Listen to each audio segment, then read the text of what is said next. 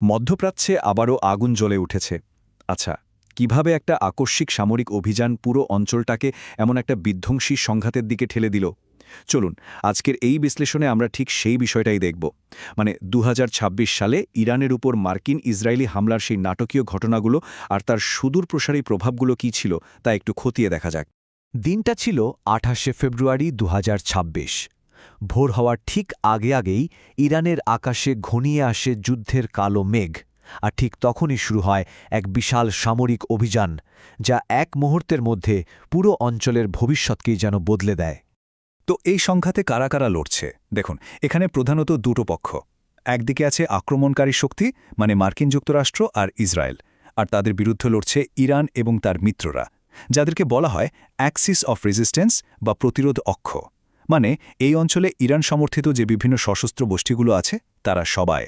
এই পুরো জটিল ঘটনাটা সহজে বোঝার জন্য আমরা কয়েকটা ধাপে এগোব।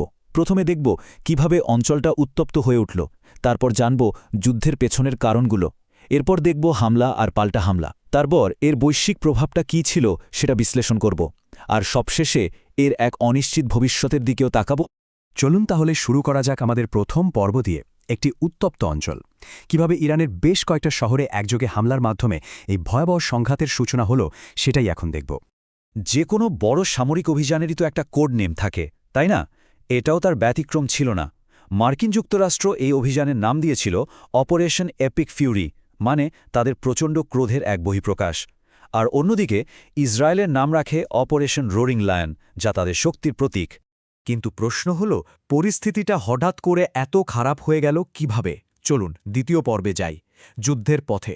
এখানে আমরা সেই ঘটনাগুলো একটু ভালো করে দেখব যেগুলো শেষ পর্যন্ত এই সর্বাত্মক সংঘাতের পরিস্থিতি তৈরি করেছিল। এই টাইমলাইনটা দেখলে বোঝা যায় যে পরিস্থিতি কত দ্রুত বদলে গিয়েছিল। দেখুন, ২০২৫ সালের শেষের দিকে ইরানে শুরু হয় ব্যাপক সরকার বিরোধী বিক্ষোভ। পরের মাস অর্থাৎ জানুয়ারিতেই মার্কিন প্রেসিডেন্ট ট্রাম্প বিক্ষোভকারীদের সমর্থন জানিয়ে এক বিশাল নৌবহর পাঠিয়ে দেন। ফেব্রুয়ারির শুরুতে ওমানের শেষ চেষ্টা হিসেবে একটা পারমাণবিক আলোচনা হয়। আর মজার ব্যাপার হলো, ২৭শে ফেব্রুয়ারি ওমানের পক্ষ থেকে বলা হয় যে আলোচনায় নাকি একটা সাফল্য এসেছে। কিন্তু সেই শান্তির আশা মিলিয়ে যেতে একদিনও লাগেনি। ঠিক তার পরের দিনই শুরু হয় এই বিধ্বংসী হামলা।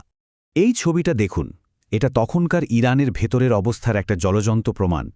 অর্থনৈতিক সংকটে পিষ্ট সাধারণ মানুষ রাস্তায় নেমেছিল, কিন্তু তাদের সেই বিক্ষোভকে খুবই সহিংসভাবে দমন করা হয়েছিল। এই অভ্যন্তরীণ অস্থিরতাই হয়তো বাইরের শক্তিকে হস্তক্ষেপ করার একটা সুযোগ করে দিয়েছিল।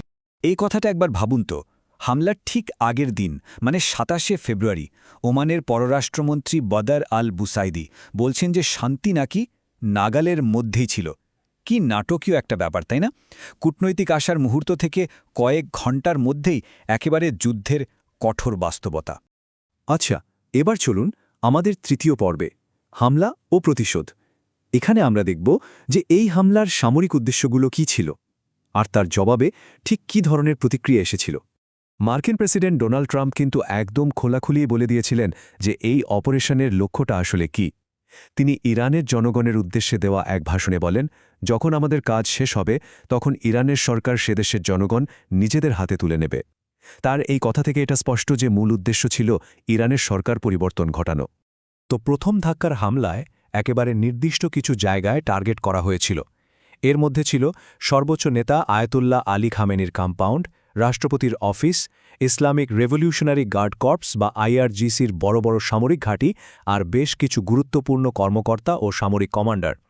শুধু তাই নয়, ইরানের ক্ষেপণাস্ত্র ও অন্যান্য সামরিক স্থাপনা এবং বন্দর শহর বুশেহেরও তাদের টার্গেট লিস্টে ছিল। ইরান কিন্তু বসে থাকেনি, তাদের জবাবটাও ছিল বেশ জোরালো আর খুব দ্রুত। মধ্যপ্রাচ্যের আকাশে ছুটে যায় কয়েক ডজন ব্যালিস্টিক মিসাইল। বাহরাইন, কাতার, কুয়েত আর সংযুক্ত আরব আমিরাতে থাকা মার্কিন সামরিক ঘাঁটিগুলো তাদের প্রধান লক্ষ্যবস্তুতে পরিণত হয়। এমনকি সৌদি আরবের রাজধানী রিয়াদও এই হামলা থেকে বাঁচতে পারেনি। আর এর সাথেই লোহিত সাগরে হুথি বিদ্রোহীরাও নতুন করে হামলা চালানোর ঘোষণা দেয়, যা এই সংঘাতকে আরও বড় পরিসরে ছড়িয়ে দেয়। একটা যুদ্ধ তো শুধু দুটো দেশের মধ্যে সীমাবদ্ধ থাকে না, তাই না? এর প্রভাব ছড়িয়ে পড়ে সারা বিশ্বে।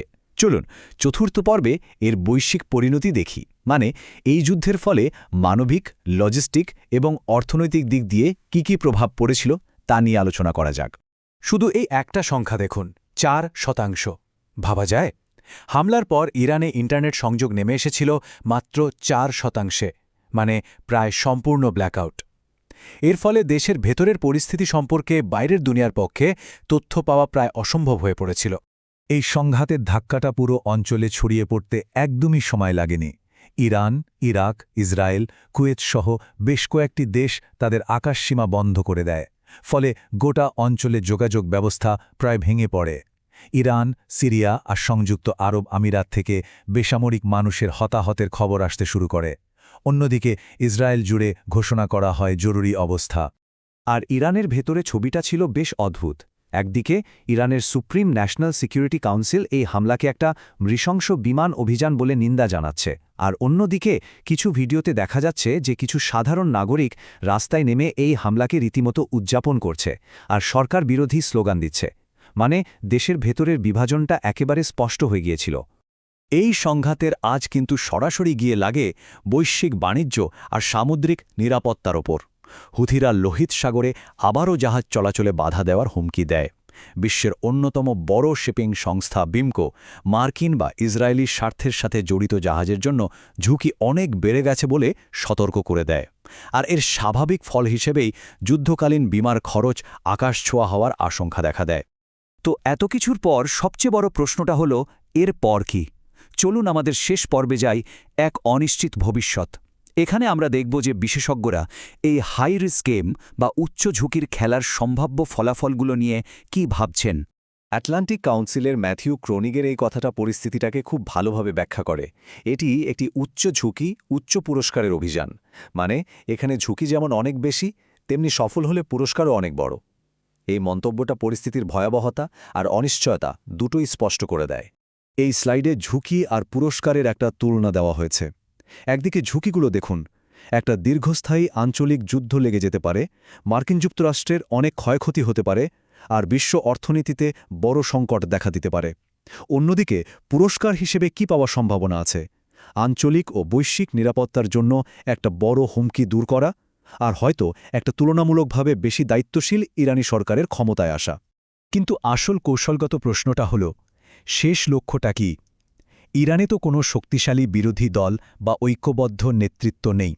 তাহলে এমন অবস্থায় বাইরের সামরিক চাপ দিয়ে কি আসলেই দেশের ভেতরে কোনো পরিবর্তন আনা সম্ভব? বিশ্লেষকরা কিন্তু এখন এই অভিযানের চূড়ান্ত উদ্দেশ্য নিয়ে ঠিক এই প্রশ্নগুলোই তুলছেন।